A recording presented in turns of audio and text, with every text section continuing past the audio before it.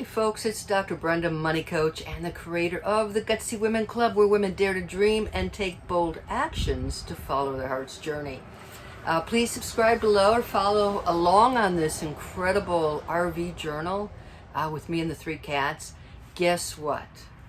It is my 6-month anniversary today. I can't believe it. I mean, in many ways, the time has gone by so quickly. It feels like just yesterday I was pulling out of the driveway, wondering what on earth I had gotten myself into, and it's been 6 months already. So, hey, happy anniversary to me. Woohoo!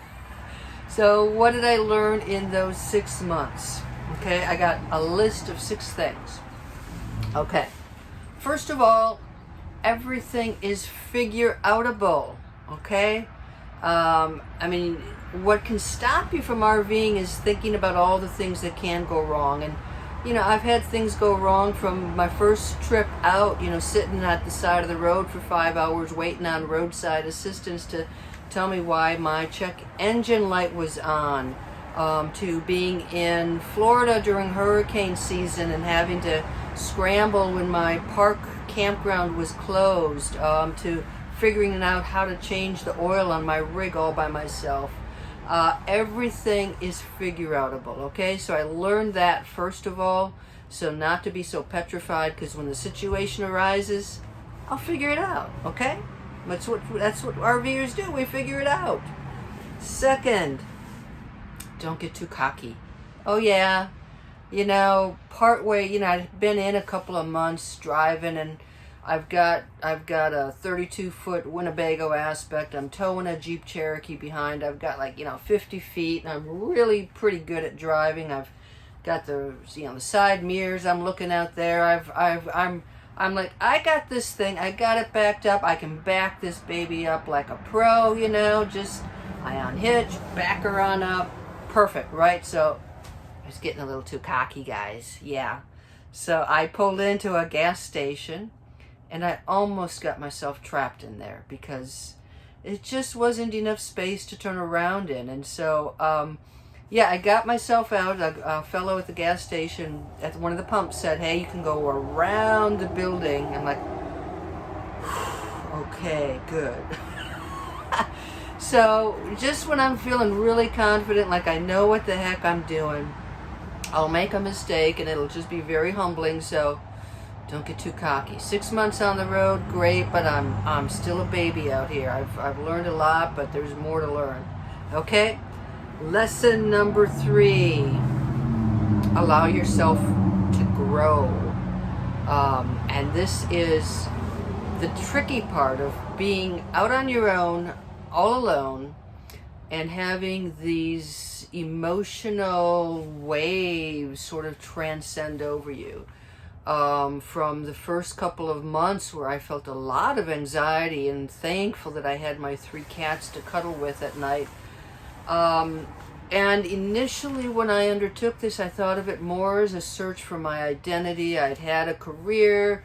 That career was gone. I'd been creating online courses. I'm an entrepreneur.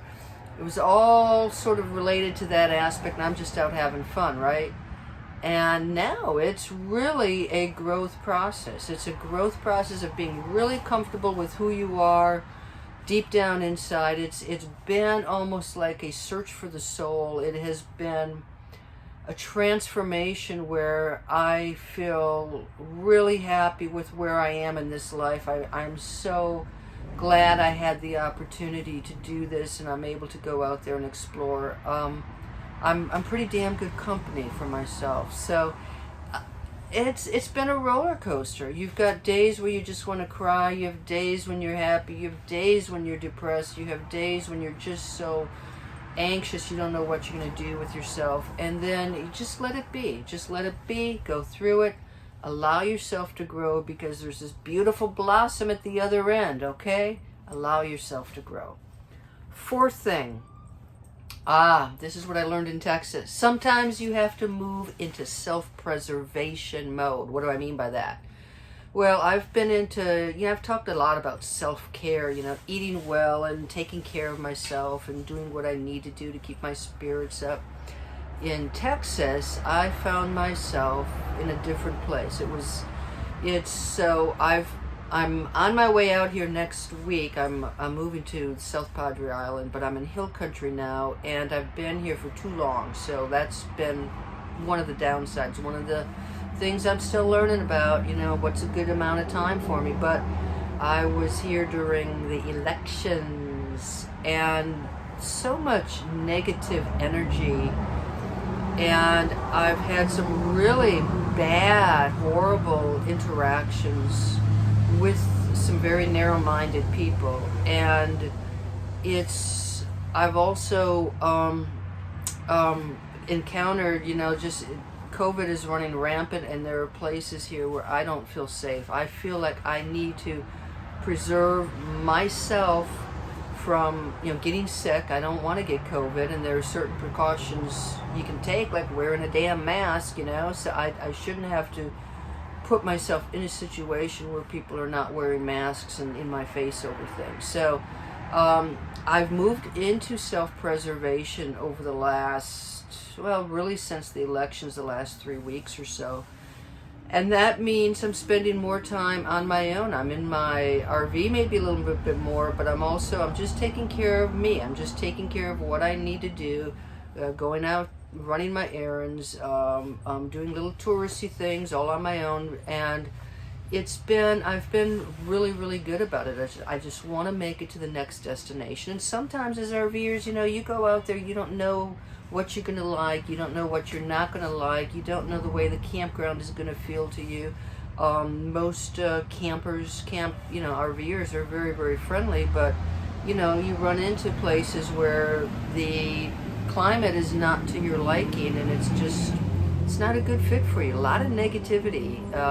So yeah, self-preservation, that's been an important part of my life the last 3 weeks, and I'm doing great. I'm doing better. I am doing so much better just by not being around those certain groups of people.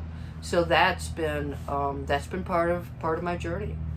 I am up to number 5, and this is related to find your flock. It is pretty lonely out here sometimes as a single female out here all by myself. I have found some Facebook groups for women RVers, and that has made all the difference in the world. And then I have found some for more progressive and liberal women RVers besides. And so I've actually been able to connect with some people online and turn them into my friends and feel like I can have a conversation with them. And so I've been able to reach out. I feel like now like I'm becoming part of a larger community, a community that I choose. We're all part of the RVing community. You don't get to choose that necessarily. Here I'm picking and choosing and selecting the type of people, the type of women I want to hang out with, and I'm excited because I've met some and hope to meet some more on my next outing. So yeah, find your flock. It's really important. Last thing, okay? Don't take things too seriously. No, don't take things too seriously. Just go out there, have fun. So, yeah, the worst haircut of the last 20 years, I would say, happened not too long ago. So, all right, turned it purple. I'll work on it when I go out and do stuff, but you know what? Just don't take yourself too seriously. Before that, I had someone comment about, I should wear lipstick, and it's just like, you're just going to laugh at this stuff. The point of all of this is to have fun. Over time, you kind of figure out your flow. I have a better sense of the types of campgrounds I like. I'm a big state park person, state national park, Corps of Engineers sites. I've got to be near the water. I'm learning that. I'm also learning that I really need to be at a place for like a week to 10 days, a week to 2 weeks. That's kind of the ideal for me. If I can get more closer to the 2-week time period, I'm there. Wintertime, this is my first winter. I'll be at South Padre Island for 2 months. And again, 2 months feels like a long time here. Is it going to feel a long time when the beach is right next to me. I don't know, but it's going to be interesting to see how that all plays out for me.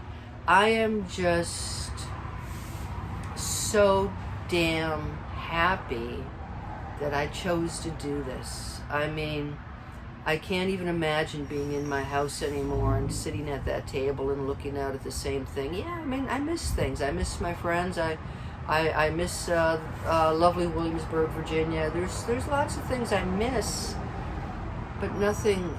You know, this is the experience of a lifetime. I find myself so eager to see where I'm going to next, not just geographically, but physically, spiritually. You know, is my taking care, lowering my stress level, trying to get fit, but also thinking about who I am and who I want to be, and relaunching and creating the Gutsy Women Club and trying to inspire other women to go out there and live their own lives, to just stop pleasing everybody else and start pleasing yourself and start taking these risks, because this is just so much wilder and better than I could have ever imagined, and I feel like it's only getting better. So so it's my anniversary. Hey, please subscribe, and let's see, my 6-month anniversary, I will be, I think, in California, so that ought to be fun too, right?